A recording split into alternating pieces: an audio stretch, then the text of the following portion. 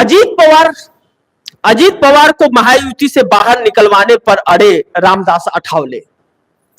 CM वाले बयान पर के बाद झगड़ा बढ़ गया है। महाराष्ट्र में गुत्थी सुलझने का नाम नहीं ले रही है।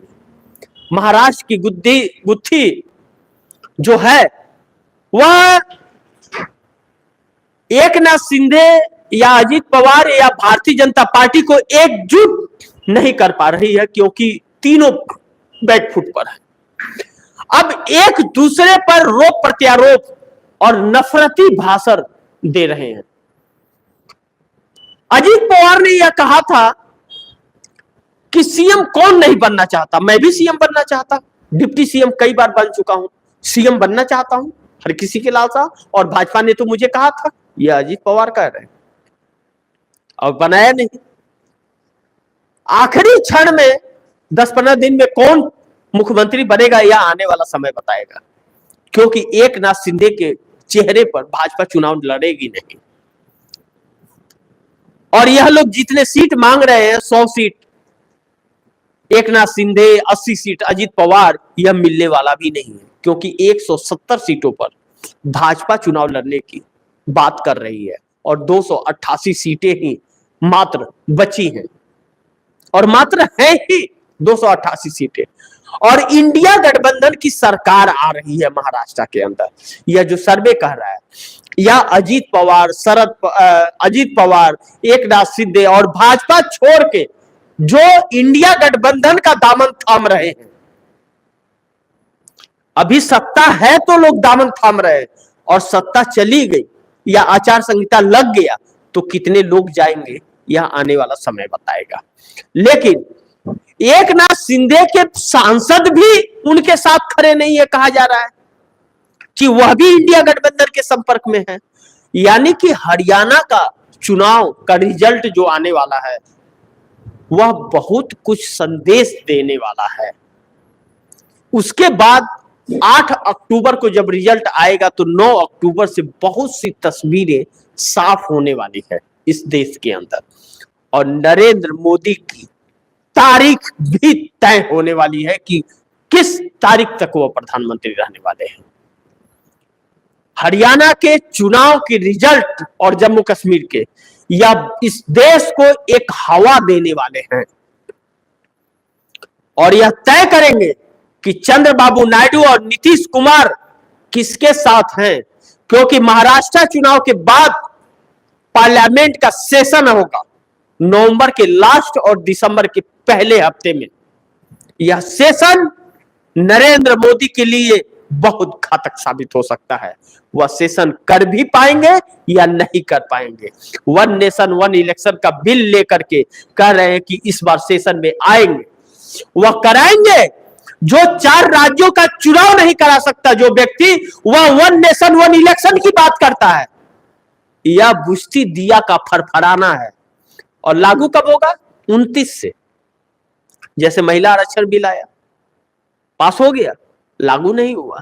कब होगा पता नहीं, 29 में होगा कि 39 में होगा, कब होगा इसकी बात नहीं, सिर्फ हेडलाइन के लिए। और देश हेडलाइन पढ़ना बंद कर दिया है।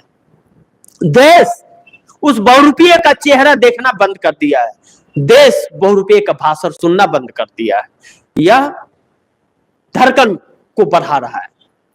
महाराष्ट्र के अंदर भारतीय जनता पार्टी के नेताओं और मंत्रियों के लोग, बच्चे, वह एनसीपी में जाके शामिल हो गए। वहां बाप के सामने बेटा और बाप के सामने बेटी चुनाव लड़ने वाली है इस बार विधानसभा चुनाव में। सोचिए, घर में ही दुश्मन पैदा कर दिए नरेंद्र मोदी ने। इतने नफरतें लोगों के बीच भर करके रख दिया। ऐसा किसी ने सोचा नहीं था कि यह देश यह करवट भी लेगा। लेकिन 14 के बाद जो नफरत का अंगारा इस देश में फैला है वह बहुत ही दर्दनाक है। इसकी कीमत आपको, हमें, हम लोगों के बच्चे को और उसकी आने वाले नस्लों को चुकानी पड़ेगी। और नरेंद्र मोदी का कर्ज हम लोगों के आने वाली 3 पीढ़ियों को चुकानी पड़ेगी, क्योंकि जो भी कर्ज नरेंद्र मोदी ले रहे हैं वह 50 सालों के लिए ले रहे हैं। न मोदी बचेंगे और न कर्ज चुकाएगा यह देश। इस देश के लोगों को चुकाना पड़ेगा, आपको और हमें उसकी कीमत चुकानी पड़ेगी। एक ऐसा व्यक्ति है जो कर्ज की ढेर पर बैठा हुआ है और उसे पहाड़ बनाता जा रहा है। 12 लाख करोड़ रुपए साल का ब्याज दिया जा रहा है। और हुआ क्या? ना तो युवाओं के लिए कोई रोजगार की संस्था बनाई गई है, ना महिलाओं की सुरक्षा की कोई गारंटी है, ना तो शिक्षा और स्वास्थ्य है। सरकारी स्कूलें बंद किए जा रहे हैं, प्राइवेट स्कूलें बढ़ते जा रहे हैं और उसके कॉस्ट इतना बढ़ रहे हैं कि आप नर्सरी में भी अपने बच्चों को पढ़ाने के लिए आपके पास हैसियत होनी चाहिए, तब आप पढ़ा पाएंगे। यानी कि साफ है, इस देश में वही बच्चे पढ़ पाएंगे जिसके पास, परिवार के पास पैसे होंगे। और रोजगार बंद कर रहे हैं ताकि मिडिल क्लास के लोग अपने बच्चों को न पढ़ा सके, उतने कमा न सके कि वह बड़े स्कूलों में भेज सके। और वह सारे स्कूल कॉलेज सब भारतीय जनता पार्टी और आरएसएस वालों का है और उद्योगपतियों का है। नाम कुछ और है, मालिक कोई और है। आपके हर वह रास्ते बंद किए जा रहे हैं कि आपके बच्चे अनपढ़ हो जाएं, ताकि इन लोगों, यह लोग जो भी कहे, हिंदू मुस्लिम कहे, गैया को भैंसिया कहे, वह वही कहेंगे, मजबूर हो जाएंगे। यह बीज जो बोआ गया है देश में, इतनी आसानी से और इतनी जल्द खत्म नहीं होगी। उसके गुनाहगार आप भी हैं, उसके गुनाहगार हम भी हैं कि हर हर मोदी घर घर मोदी किया गया, लेकिन हुआ क्या? वह बहुरूपिया था, समझ ही नहीं पाए। मदारी आ करके, बंदर को नचा करके, डमरू बजा करके, पढ़े लिखों से तालियां बजा करके, पढ़े लिखे से तालियां बजवा दिया और उसके जेब को खाली करके झोला उठा करके चल दिया। वही इस देश के राजा का हाल है। सबसे तालियां बजवा रहा है, जेब लूट रहा है और झोला उठाएगा चला जाएगा, कहता है कि मैं तो फकीर हूं, झोला उठाऊंगा चला जाऊंगा। वह तो बावन देवता जैसा हो गया कि एक कदम पर पूरा लोक ले लिया। ऐसा बहुरूपिया,